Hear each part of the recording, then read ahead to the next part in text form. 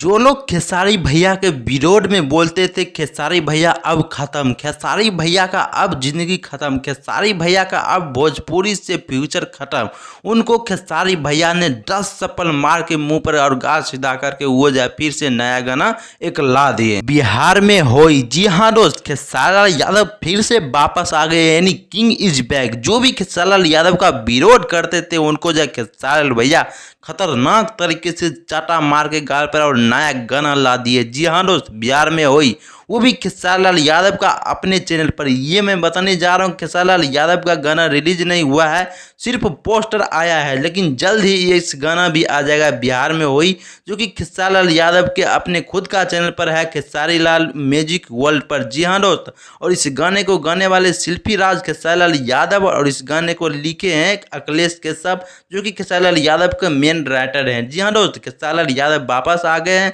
आप लोग भी खेसारी यादव का गाना सुनना चाहते हैं तो चैनल को लाइक एंड सब्सक्राइब करिएगा।